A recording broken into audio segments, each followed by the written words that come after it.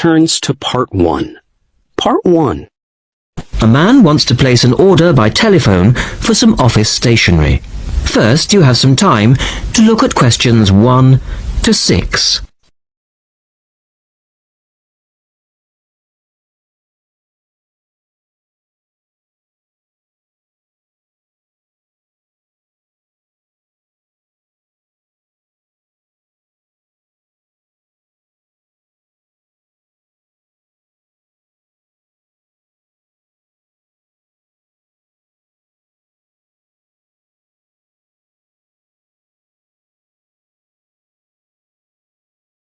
Now listen carefully and answer questions 1 to 6.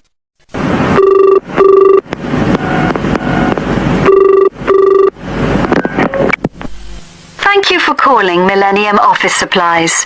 If you would like to place an order, please press 1. Your call has been placed in a queue.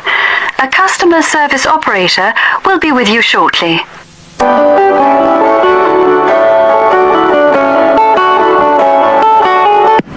Gina speaking. How can I help you? Oh, hello. I'd like to order some stationery, please. And who am I speaking to? John Carter. Right. Can I just confirm your account number and the name of your company, John? Sure. The account number is 692411. 692411. Right. And you're from Rainbow Computers? No, the company is Rainbow Communications. Oh, okay. I'll just fix that on the system. Communications. And what would you like to order, John? Envelopes. We need a box of A4, that is, normal size envelopes. White, yellow or manila? We'll have the plain white, please, but the ones with the little windows. Okay. One box, A4, white. Just the one box, was it? On second thoughts, make that 2 boxes. We go through heaps of envelopes. As a matter of interest, are they made from recycled paper? No, you can't get white recycled paper. The recycled ones are grey, and they're more expensive, actually. Right, we'll stick to white then. Something else, John? Yes, we need some coloured photocopy paper. What colours do you have? We've got purple, light blue, blue, light green, whatever you want, pretty much. There are 500 sheets to the pack. Let's see. We're going to need a lot of blue paper for our new price lists. So can you give us 10 packs, please? Make sure it's the light blue, though. 10 packs of the light blue. Now you have some time to look at questions 7 to 10.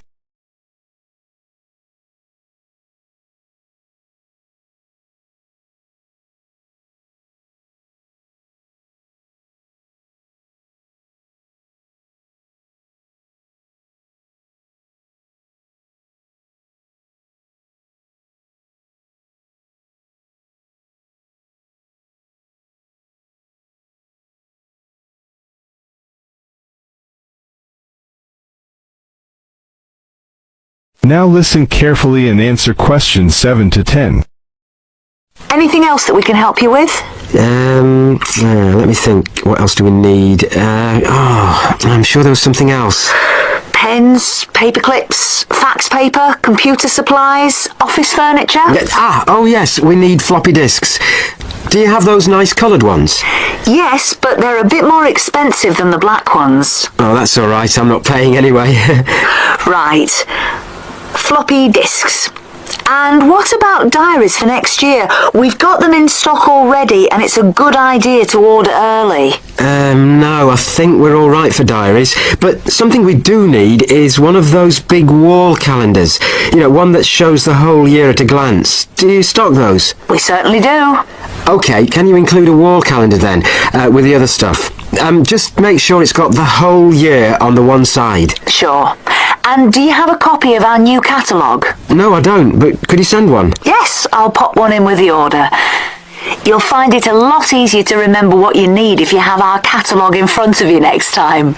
Yes, good idea. And when can you deliver this? Should be with you tomorrow morning.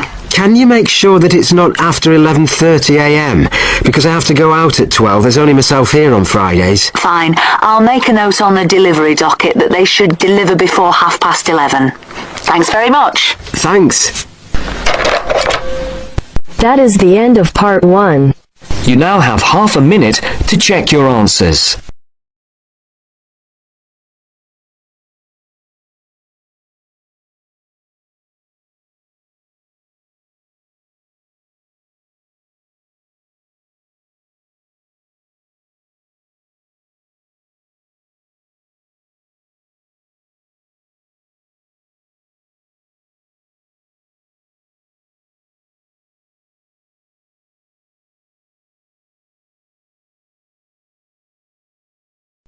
Now turns to part 2.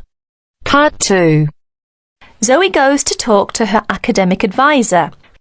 First, look at questions 11 to 14.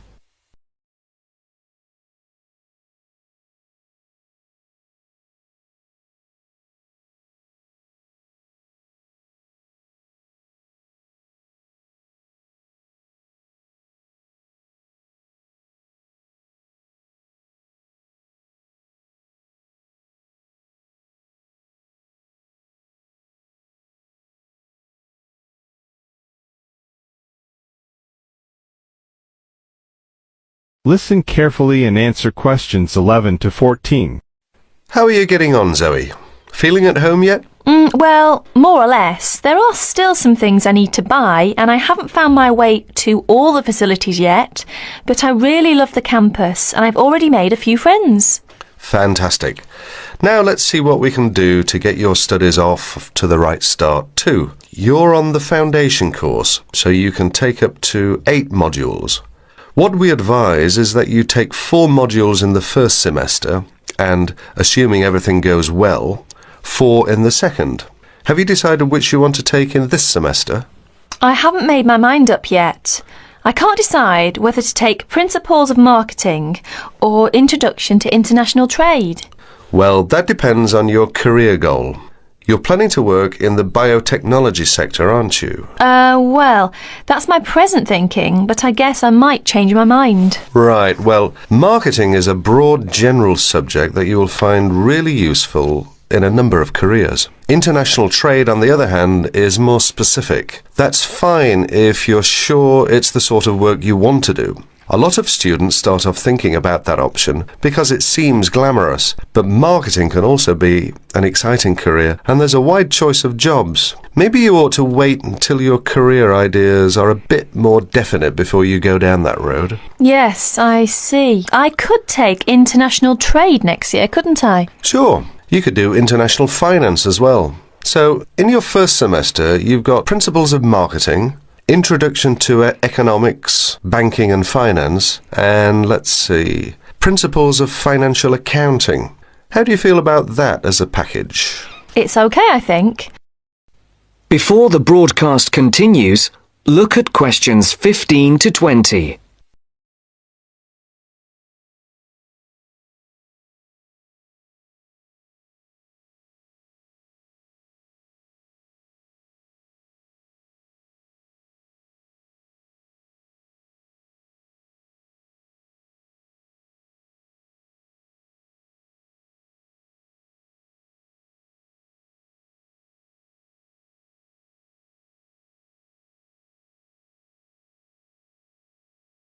Listen carefully and answer questions 15 to 20.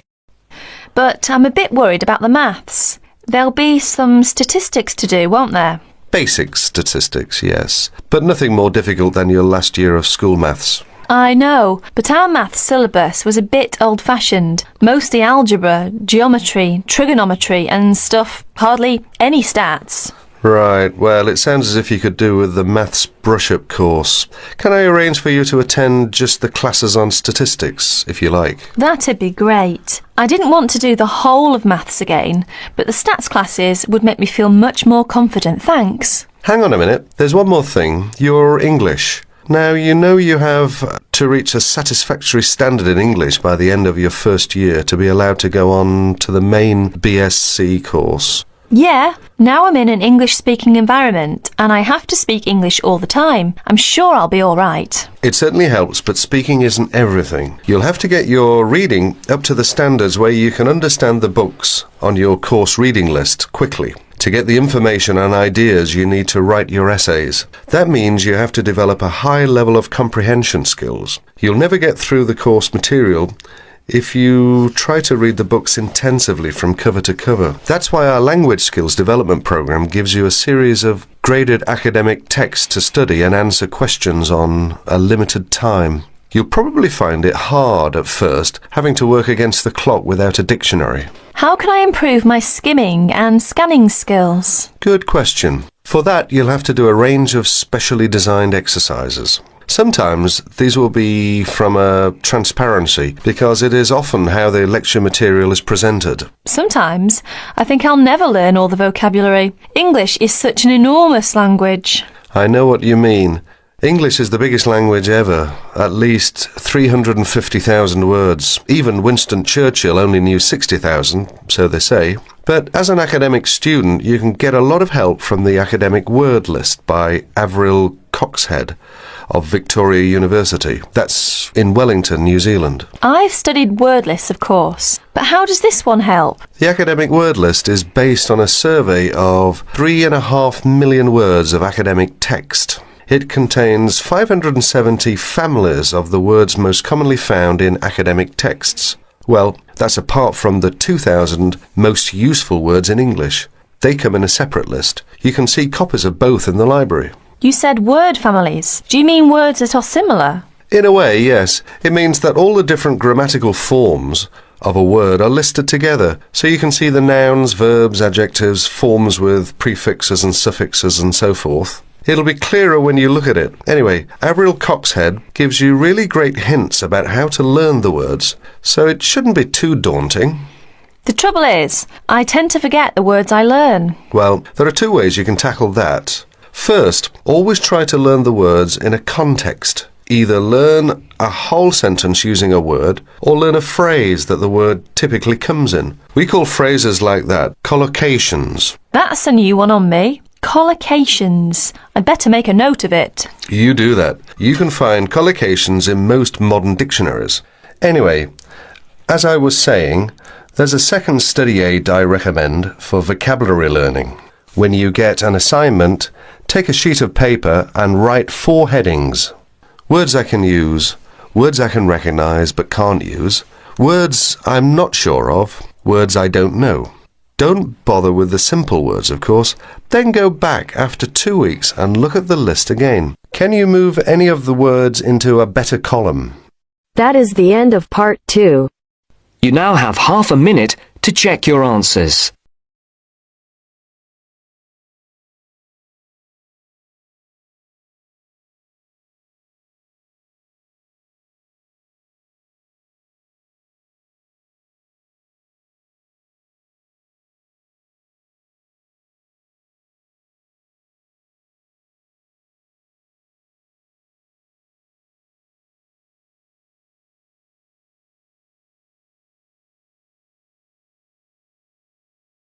Now turns to part 3. Part 3. You'll hear an interview with a wildlife specialist called Alison Sharp talking about bears. In the first part of the discussion, they are talking about the history of the bear. First, look at questions 21 to 23.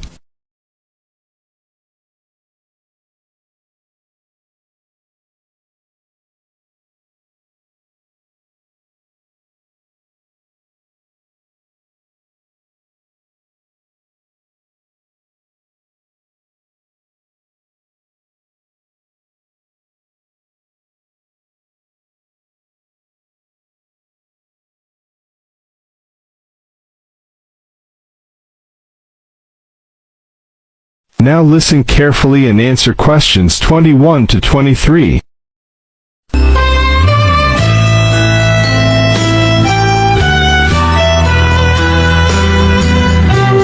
Alison Sharp has spent much of her life researching bears, and in particular, bears in danger of extinction.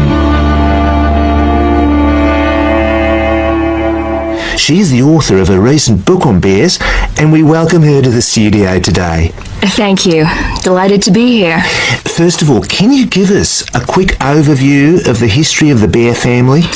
Well, the bears we know today actually have as their ancestors bears which have been evolving for some 40 million years. We have fossils of the earliest true bear, and it's important to emphasize this because some creatures are called bears but are not. Such as koalas, for instance. Yes, exactly. Fossils of the true bear show a small dog-sized animal with characteristics that show a blending of dog and bear traits. So the general belief is that dogs and bears were of the same family? Yes, that's the theory. And then we see the arrival of the early cave bear. We know from cave drawings that Neanderthal man used to worship this bear and at the same time fear it. Understandable, perhaps. Yes, but they need not have worried because the cave bear only ate plants. In fact, the cave bear survived 2 ice ages, but then became extinct. In the second part of the interview, Alison talks more about the situation of bears today. Look at questions 24 to 30.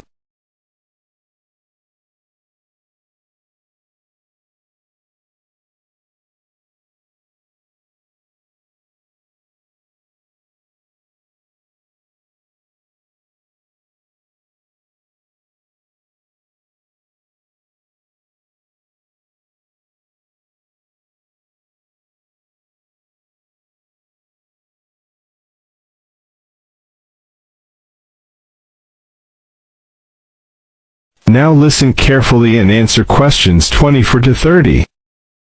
So, how many bears can we find today? And are any of them in danger of extinction? Well, I'll answer your first question first. There are 8 species of bear in all, among them the American black bear and the brown bear, from which evolved the newest species of bear, the polar bear. So, how old is the polar bear? Oh, he's a relative newcomer, just 20,000 years old. And could you tell us a little about them? Which is the largest bear, for instance? Well, the largest bear existing today is either the polar bear or the brown bear. Right. Don't we know? Well, it depends which criteria you use. The polar bear is the heaviest. The male weighs up to 1,500 pounds, but his narrow body actually makes him look smaller than the much more robust brown bear. So, the brown bear appears the biggest. Yes. And the smallest? Well, the sun bear is the smallest of the 8 species. They only weigh between 60 and 145 pounds. That makes him a comparative junior. Yes. And then next we have the so-called giant panda. But that's a small bear too, comparatively speaking. And are all bears meat eaters? No, not at all. In fact, the giant panda is almost entirely herbivorous, living on a diet of 30 types of bamboo. Oh, yes, of course. Pandas are famous for that. And another interesting bear is the sloth bear, which eats insects, particularly termites.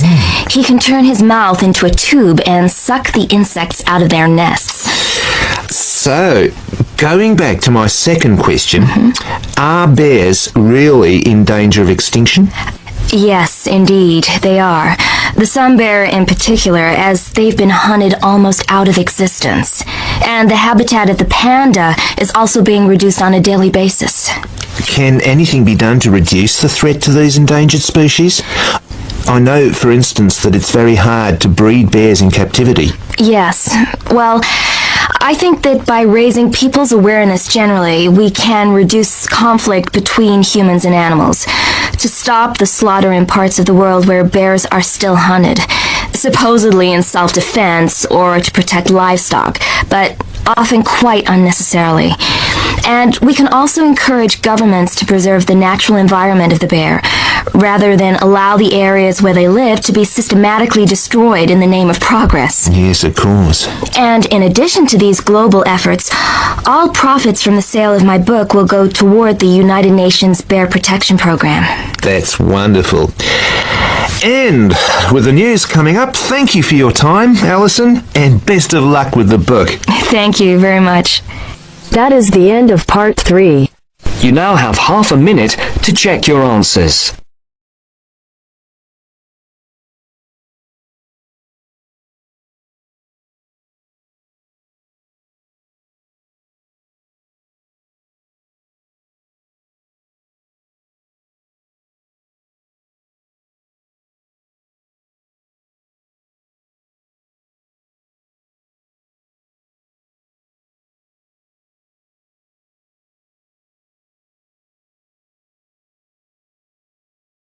Now turns to part 4.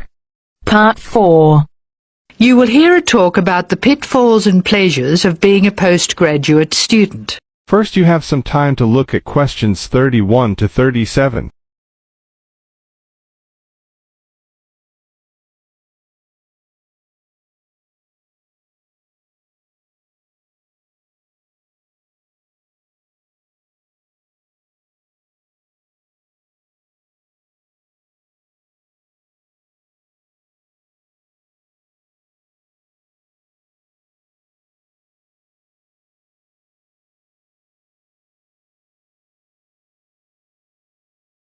Listen carefully and answer questions 31 to 37. Postgraduates are about as easy to define as catching steam in a bucket. Courses can be vocational, for training, as research, as a preparation for research, or a combination of these. Also, you can choose between full-time and part-time. Increasingly, the approach to postgraduate study is becoming modular. The vast majority of postgraduates are doing short, taught courses, many of which provide specific vocational training. Indeed, there has been a 400% increase in postgraduate numbers in Britain over the past 20 years. Current figures stand at just under 400,000. People undertake postgraduate study for many reasons.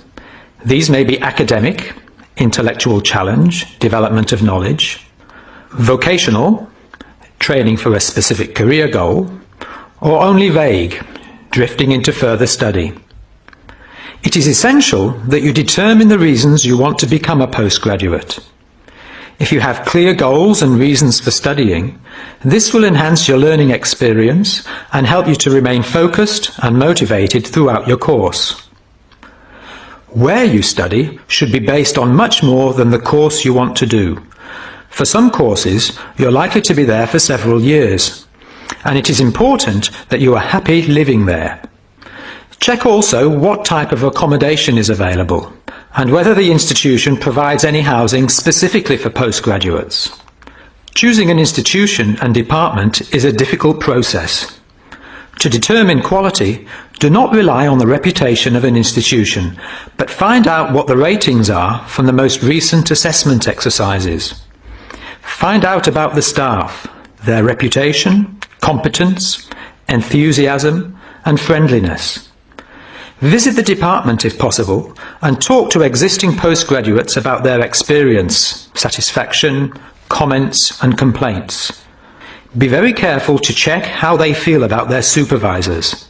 Also, check what facilities are available, both at an institutional level, for example libraries, laboratory and computing facilities, and in the department, for example study room, desk, photocopying, secretarial support, etc. Everyone will have their own priorities here. I am always anxious to check the computer support available and regard it as slightly more important than library access. Your working environment and the support available to you plays an essential part in making your work as a postgraduate a positive experience. Life as a postgraduate can be very different to your other experiences of education. Things that can distinguish your experience are the level of study, independence of working, intensity of the course, the demands on your time, and often the fact that you're older than the majority of students. These factors can contribute to making you feel isolated. However, there are several ways you can make sure that this is either short-lived or does not happen at all. Many student unions have postgraduate societies that organise social events and may also provide representation for postgraduates to both the student union and the institution. Departments can also help to create a sense of identity and community, and often have discussion groups available. Don't be afraid to talk to staff about any difficulties you might be having. Of course, universities provide counselling services, but we have found that the best advice comes from talking to other postgraduates who may have faced similar difficulties. Look at questions 38 to 40.